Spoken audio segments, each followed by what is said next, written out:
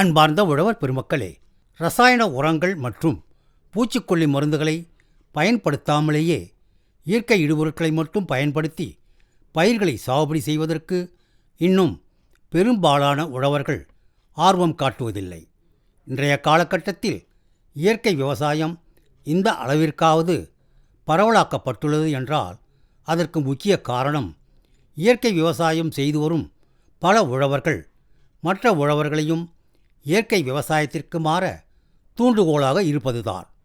இந்த வரிசையில் இன்று நாம் சந்திக்கவிருக்கும் வேலூர் மாவட்டம் காரணாம்பட்டு இயற்கை விவசாயி திரு வெங்கட் பிரசன்னா அவர்கள் சுமார் 10 ஆண்டுகளுக்கு முன்னரே தான் இயற்கை விவசாய முறைக்கு மாறியதுடன் தன் சுற்றுப்பகுதியில் உள்ள 50 ஏக்கர் அளவிற்கு இயற்கை விவசாயத்தை பரவலாக்கியுள்ளார்.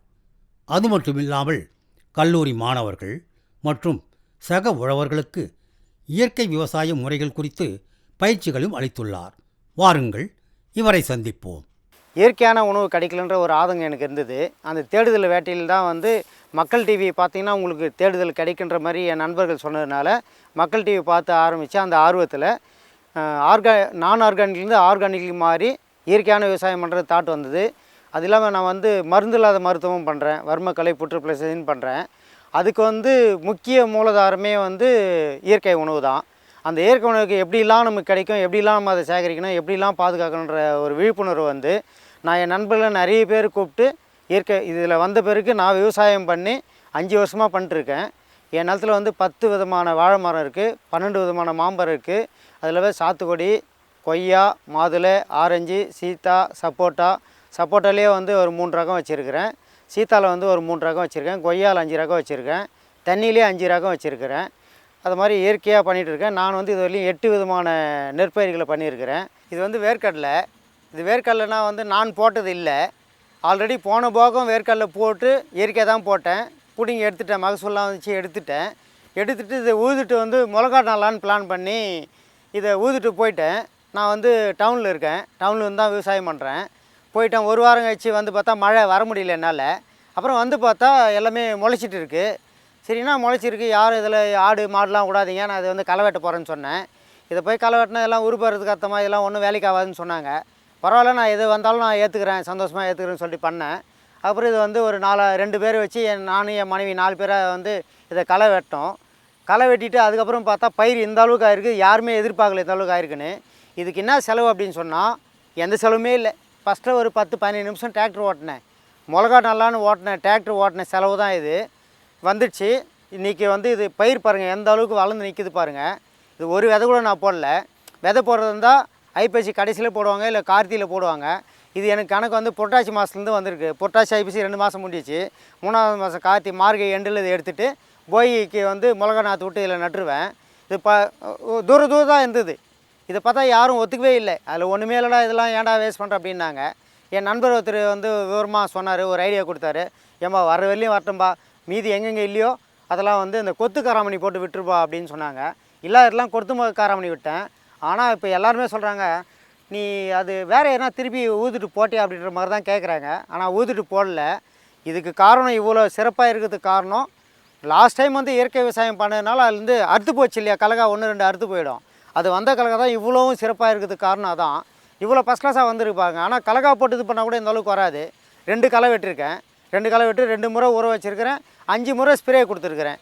ஒரு முறை மீன் அமிலம் கொடுத்துருக்கேன், NPK கொடுத்துருப்பேன், அதுக்கப்புறம் வேஸ்ட் டீகம்போசர் கொடுத்துருக்குறேன், NPK சல்பர் கொடுத்துருக்கேன்.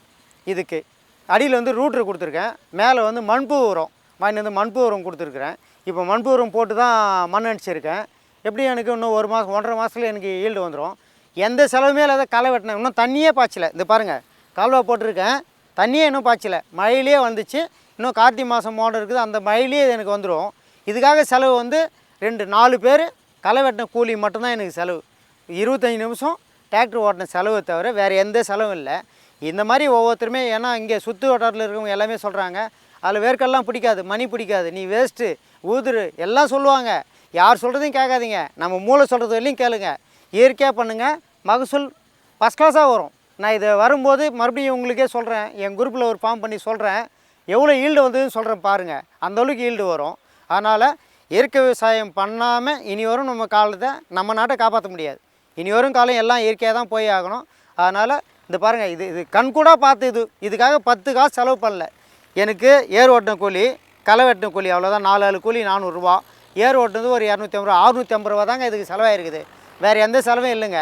வேர்க்கழிவு செலவு கிடையாது, எனக்கு தண்ணி பாய்ச்சிற செலவு கிடையாது, மருந்து நானே தேடி பண்ணுறதால மருந்து செலவும் கிடையாது, உரம் எல்லாம் நானே பண்ணுறது உரம் செலவும் கிடையாது, மேலே பூச்சி வரட்டியோ நோய்க்கோ எதுக்குமே நான் வந்து வாங்குறதில்ல, நானே ரெடி பண்ணிக்கிறேன். அதனால் எனக்கு எந்த செலவுமே இல்லைல்ல. எனக்கு இல்லை 2 மூட்டை வேர்க்கடலை வரைஞ்சால் கூட எனக்கு வந்து மினிமம் 3000 ரூபானா கூட 6000 ரூபாய் எனக்கு இருக்குது. இதில் எந்த செலவுமே இல்லாத இதை மாதிரி யோசனை பண்ணி விவசாயம் பண்ணுங்கள், சிறப்பாக இருக்கும். விவசாயம் பண்ணுறதுக்கு இயற்கை உரம் வந்து இப்படி தான் நாங்கள் தயார் பண்ணுறோம். இந்த புல்லெல்லாம் வெட்டி இங்கே ஒரு வில்லாஸ் இருக்குது, அதுலேருந்து வர செடி கொடி புல் எல்லாத்தையும் வெட்டி எடுத்துன்னு வந்து இங்கே ஸ்டோரேஜ் பண்ணி கும்பலாக கொட்டி மலை மாதிரி கொட்டி அதில் வந்து வேஸ்ட் டிகம்போசர் ஒரு இது இருக்குது, இயற்கை உரம் இருக்குது, உயிர் உரம். அதை வந்து 50 ml தான் இருக்கும்.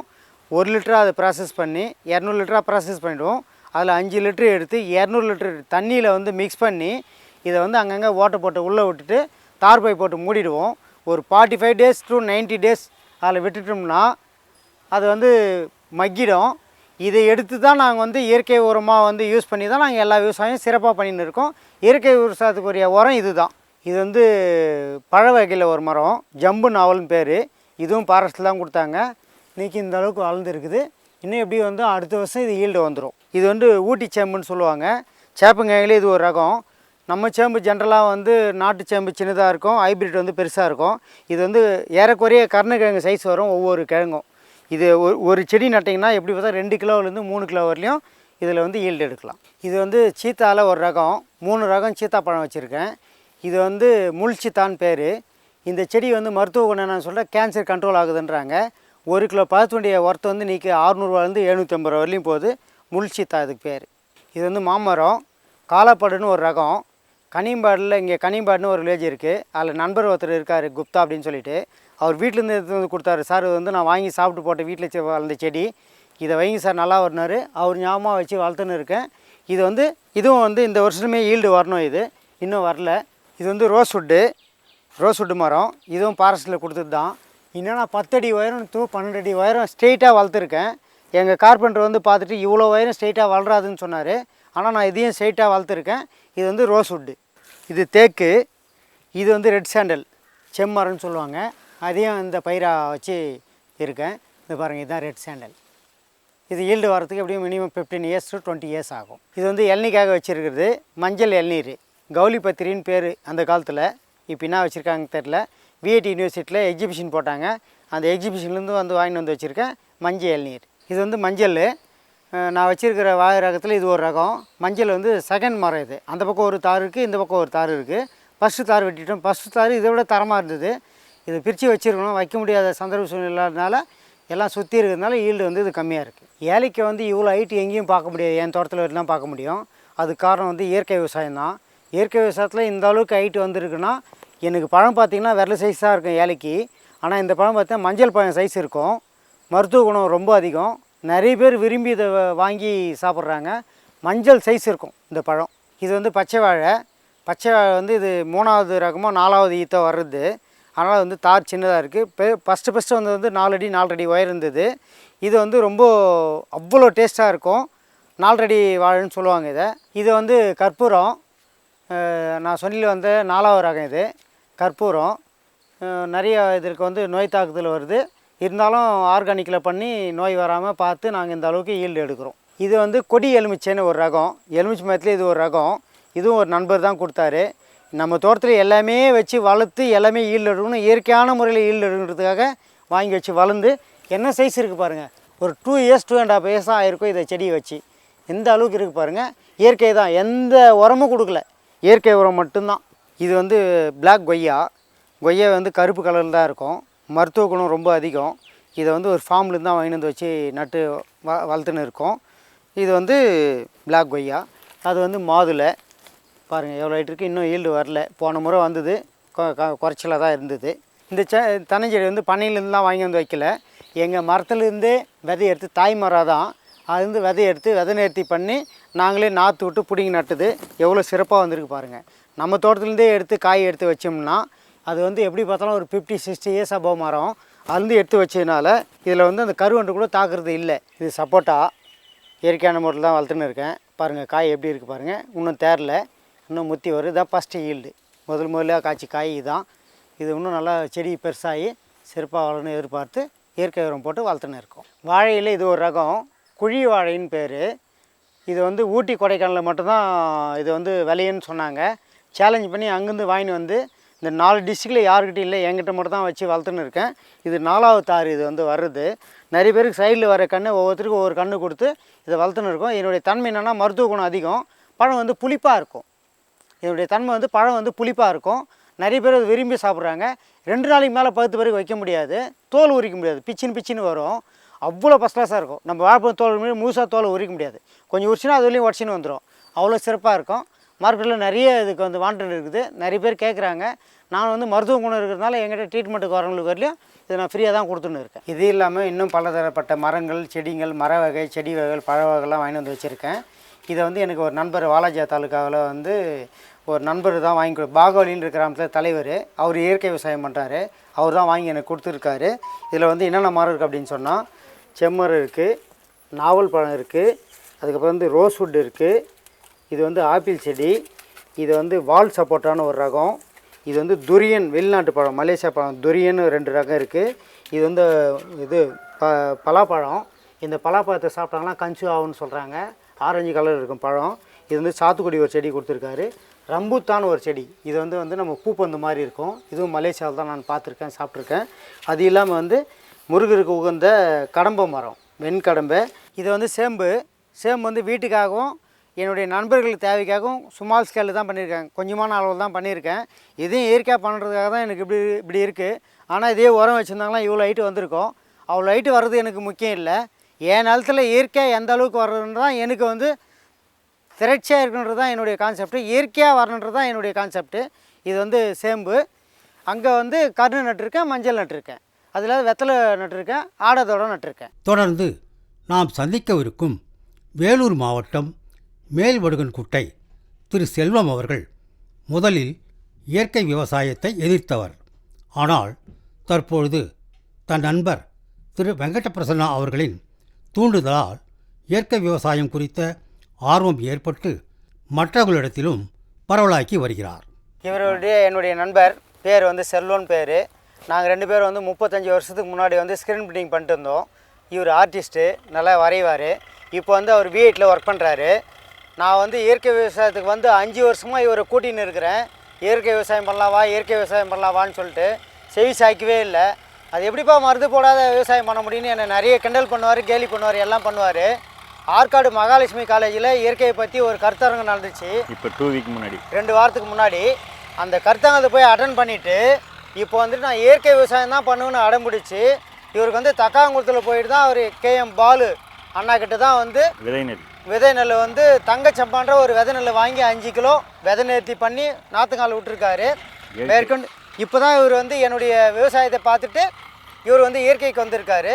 இவர் ஏன் வந்தாருன்னா என்ன அவரே தெளிவாக சொல்லுவார். நான் வந்து என் நண்பர் வெங்கடேஷ் அவர்களை நாங்கள் 35-40 வருஷமாக ஃப்ரெண்டு இருக்கும்போது ஸ்க்ரீன் பிரிண்ட் தொழில் பண்ணின்னு இருந்தோம்.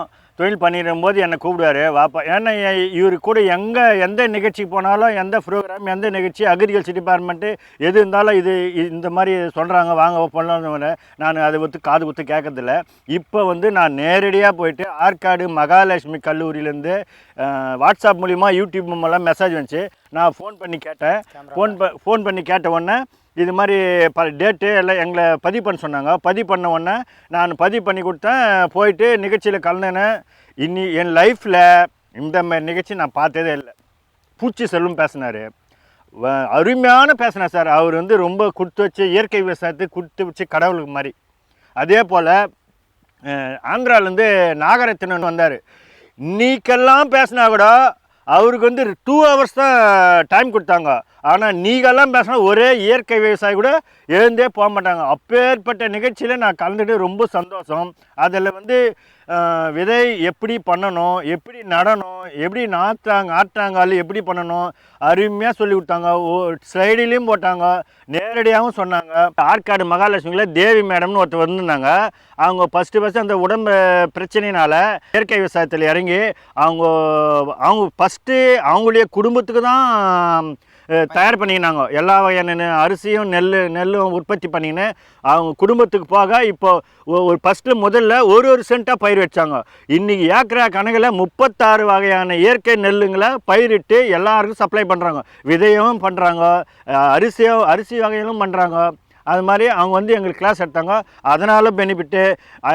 ஆந்திரா நாகரத்தின இவர்கள் பூச்சி செல்வம் இந்த 3 பேர் வேணாலும் இந்த இயற்கை விவசாயிகளுக்கு நல்ல பயனுள்ள வகையிலே எடுத்து சந்தேகங்களையும் கூறி உங்களுக்கு என்ன சந்தேகம் இருந்தாலும் சொல்ல வச்சு அவங்க சந்தேகத்தை நிவர்த்தி பண்ணி ஃபோன் நம்பரையும் கொடுத்து என்ன சந்தேகம் இருந்தாலும் கேட்க சொல்லி இது கிளாஸ் நடத்தினாங்க. அதனால் இப்போது நான் ஆற்காடு பால் என்ற இயற்கை விவசாயி பண்ணைக்கிட்ட 5 கிலோ நெல் எடுத்துகிட்டு வந்து அதை அந்த முட்டை கரைசல் விதை நேர்த்தி பண்ணி 5 கிலோ ஆக்கியத்தை நான் இயற்கை விவசாயம் விட்டுருக்கிறேன். நெல் நாற்று விட்டுருக்குறேன். இப்போ 6 டேஸ் ஆச்சு. இனிமேல் தான் நாற்றாங்கால் ஓட்டி பயிர் வைக்கணும். நான் இவ்வளோ நாளாக எங்கள் அண்ணாத்தை சொன்னதுனால நான் கேட்கல. இனி வரும் காலங்களில் இதுதான் என்னுடைய லைஃபை. எங்கள் ஒய்ஃபும் வேணான்னு சொன்னாங்க. அதையும் விட்டுட்டு இனி என்னுடைய வயல் தான் செய்யணும் இயற்கை விவசாயத்தை அப்படின்னு சொல்லி செய்துன்னு இருக்கிறேன். அதனால் இவர் வந்து இந்த கிளாஸ்லாம் அட்டன் பண்ண பிறகு தான் அவருக்கு வந்து விழிப்புணர்வு ஏற்பட்டு இயற்கை விவசாயத்தை பண்ணலான்னு சொல்லிட்டு இன்றைக்கி வந்திருக்காரு. இவ்வளோ நாள் சொல்லி அவருக்கு வந்து விழிப்புணர்வு வரல. ஒரு மீட்டிங் அட்டன் பண்ண பிறகு அவருக்கு ஒரு விழிப்புணர்வு இருக்குது, அலர்ட்னஸ் வந்து இயற்கை விவசாயம் பண்ணலான்னு சொல்லி அண்ணாச்சி என்ன இருந்தாலும் உயிரே போனாலும் இதுக்கப்புறம் வந்து இயற்கை விவசாயம் தான் பண்ணுன்ற ஒரு வெறித்தனமாக வந்து என்கிட்ட கேட்டதுனால அவருக்கு வந்து முட்டை கரைசல்லாம் சொல்லி கொடுத்து எப்படி நாற்றுங்கால ஒன்று சொல்லிட்டு அவர் நாற்றுங்காலில் நான் தான் விதை விட்டு கொடுத்துட்டு வந்திருக்கிறேன். இப்போ அவருக்கு ஃபெர்டிலைசர்லாம் நான் தான் வந்து சப்ளை பண்ணியிருக்கிறேன். இப்போ அவருக்கு ட்ரைனிங்காக தான் இப்போ என்கிட்ட வந்திருக்காரு. இன்றைக்கி அவருக்கு என்னென்ன விதை விட்ட பிறகு எந்தெந்த நாள் என்னென்ன ஸ்ப்ரே பண்ணணும்னு சொல்லி தர போகிறேன். என்கிட்ட இருக்கிற உரத்தெல்லாம் அவருக்கு கொடுக்க போகிறேன். இப்போ அது மூலிமா அவர் பயிர் பண்ணதில் இப்போ நாற்று விட்டதுலேருந்தே அவர் வீட்டில் ஒர்க் பண்ணுறதுனால அவங்க நண்பர்கள் ஸ்டாஃபுங்க எல்லாமே கேட்குறாங்களா, எனக்கு வந்து அரிசி வேணும், நெல் வேணும், எல்லாமே வேணும்னு சொல்லி கேட்குறாங்க. இது மாதிரி ஒவ்வொரு விவசாயியாக நம்ம இயற்கை கொண்டு வந்து பலதரப்பட்ட மக்களை வந்து மருந்து போட்டு பண்ணுற விவசாயிங்க எல்லாமே ஒவ்வொருத்தரையும் அது மாதிரி இயற்கை கொண்டு வந்து நிறைய பேர் இயற்கை விவசாயம் உருவாக்கணுன்றது தான் எங்களுடைய ஆசை. இந்த முறை வந்து நான் வந்து ஒரு ஆளை வந்து நேரில் கூப்பிட்டு இன்ட்ரடியூஸ் பண்ணியிருக்கேன். அடுத்த முறை என் ஃபீல்டுக்கு வரும்போது மினிமம் 25-50 விவசாயியாவது என்னை இயற்கை விவசாயம் உருவாக்கி காட்டுன்றது நான் சபதம் எடுத்துக்கிறேன். இதுக்கு வந்து நான் மட்டும் எடுத்த சபதம் போதாது. இதுக்கு உறுதுணையாக இருக்கிறவங்க தொலைக்காட்சி நிலையம், இன்னும் வந்து எங்களுக்கு அக்ரி ஆஃபீஸர் இவங்களாம் எங்களுக்கு கோஆப்ரேட் பண்ணி சொன்னாங்கன்னா இன்னும் மென்மேலும் நாங்கள் சிறப்பாக விவசாயம் பண்ணுவோம். இதுக்கு மேலே கொண்டு ஒன்று இருக்குன்னா அது வந்து கவர்மெண்ட்டு தான். அந்த கவர்மெண்ட் எங்களுக்கு தேவையான ஃபெர்டிலைசரில் உரமாக கொடுக்காம எங்களுக்கு தேவையான இடுபொருளை தரணும். இல்லை இடுபொருள் எப்படி தயார் பண்ணுன்றது எங்கள் சீனியரை வச்சு ஒரு மண்பொருள் தயார் பண்ணுறது, என்பிகே சல்பர் தயார் பண்ணுறது, ரூட்ரு தயார் பண்ணுறது, இதுக்கு தேவையான அந்த கொள்கணல்கள் கேனுங்க வேணும், 200 லிட்டர் கேனுங்க வேணும். சின்ன சின்ன திங்ஸ் தான் இருக்குது. ஒரு மண்பு உரம் பண்ணுறோன்னா ஒரு 20 நீட்டு கொட்டகை ரெடி பண்ணோம். அதுக்கு தேவையான இதுவெல்லாம் இன்ஸ்ட்ருமெண்ட்லாம் வேணும்.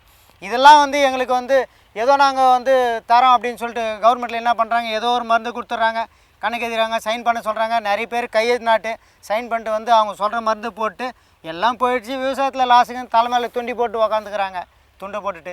அதுமாரிலாம் இல்லாமல் மண்பு உரம் தயார் பண்ணுறதுக்கு எங்களுக்கு வந்து தேவையான இடுபொருள், அதுக்கு தேவையான மெட்டீரியல்லாம் கொடுத்துட்டு இது மாதிரி விவசாயிகளுக்கு மோட்டிவேட் பண்ணுற மாதிரி கவர்மெண்ட்டில் நீங்கள் மென்மேலும் எங்களுக்கு ஏதாவது ஹெல்ப் பண்ணிங்கன்னா இன்னும் சிறப்பாக இருக்கும். அந்த மாதிரி சிறப்பாக பண்ண வந்த விவசாயிகளுக்கு இன்னும் ஊக்கம் கொடுக்குற மாதிரி இவங்களுக்குன்னு தனியாக ஒரு மார்க்கெட்டும் தனியாக ஒரு ரேட்டு நிர்ணயம் பண்ணி ஒவ்வொன்றுத்துக்கும் ஒரு ரேட் நிர்ணயம் பண்ணி இங்கே போனால் இயற்கையான உணவுப் பொருள் மட்டுமே கிடைக்கின்ற மாதிரி எங்களுக்கு இப்போ வேலூர்லேருந்து நம் சந்தைன்னு ஒன்று 2000 இருக்குது. அது மக்கள் நல சந்தைன்னு ஒன்று, செந்தமிழ் செல்வன் ஐயா வழியாக ஒன்று 2000 இருக்குது.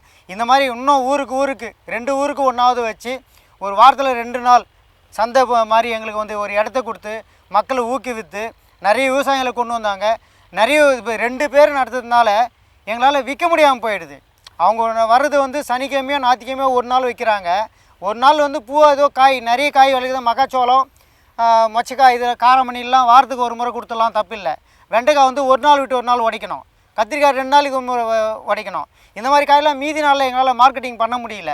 மார்க்கெட்டிங் பண்ண போனால் பஸ்ஸில் ஒரு தொல்லை, ஏன் மூட்டை எடுத்து வந்து ஏறிட்டு வந்தோன்னு தூக்கி போடுற ஆள்லாம் இருக்கான். இதுக்கெல்லாம் எங்களுக்கு வழி செஞ்சு அது மாதிரி வந்து ஒரு கிராமத்துலேருந்து ஒரு டவுனுக்கு வராங்கன்னா அவங்களுக்கு ஸ்கூட்டரை கொடுத்தாங்க.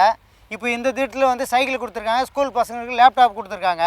அந்த மாதிரி விவசாயிகளுக்கு ஒரு எலக்ட்ரிக்கல் பைக் மாதிரி ஏதாவது ஒன்று கொடுத்து மோட்டிவேட் பண்ணி இன்னும் இந்த காய்களை நீங்களே எடுத்துமே உங்களுக்குன்னு ஒரு இடம் ஒதுக்கி இருக்கோம், இயற்கை விவசாயி தான், மீதி ஆள் உள்ளே வரக்கூடாதுன்னு கலெக்டர்லாம் இது மாதிரி ஒரு ஸ்டிக்காக ஒரு ஆர்டர் எடுத்து இதுக்கு எம்எல்ஏங்க எல்லாம் எங்களுக்கு சப்போர்ட் பண்ணி கவர்மெண்ட்டு சப்போர்ட் பண்ணால் இன்னும் நிறைய விவசாயி பலதரப்பட்ட மக்கள்லாம் வருவான், வந்து ஆர்வமாக விவசாயம் பண்ணி ஆர்வத்தோடு எடுத்து போய் விற்று அவனே எடுத்து போய் காசு பார்க்கும்போது விற்று காசு போகும்போது அவனுக்கு சந்தோஷம் அதிகமாக இருக்கும். இன்னும் நிறைய பேர் வர்றதுக்கு வாய்ப்பு இருக்குது. இனி வரும் காலங்களில் நோய் நொடி இல்லாமல் வாழணுன்னா எந்த மனித உயிரினங்கள் பிறக்கிறது, அனைவரும் குழந்தைகள்லேருந்து இன்னி நோய் நொடியோடு இருக்கிறதுனால லட்சமாக ஹாஸ்பிட்டல் எடுத்து போய் கொட்டுறாங்க. இன்றைக்கி இந்த இயற்கை விவசாயத்து மூலம் போனால் நோய் நொடியே 100% இல்லாமல் போகுது. அதுக்கு பேசிக்கில் இந்த மெத்தடில் வந்தாங்க வருங்கால சந்ததிகளில் நோய் நொடி இல்லாமல் வாழ்க்கை வாழறதுக்கு இதுதான் முக்கியமான இயற்கை விவசாயம்.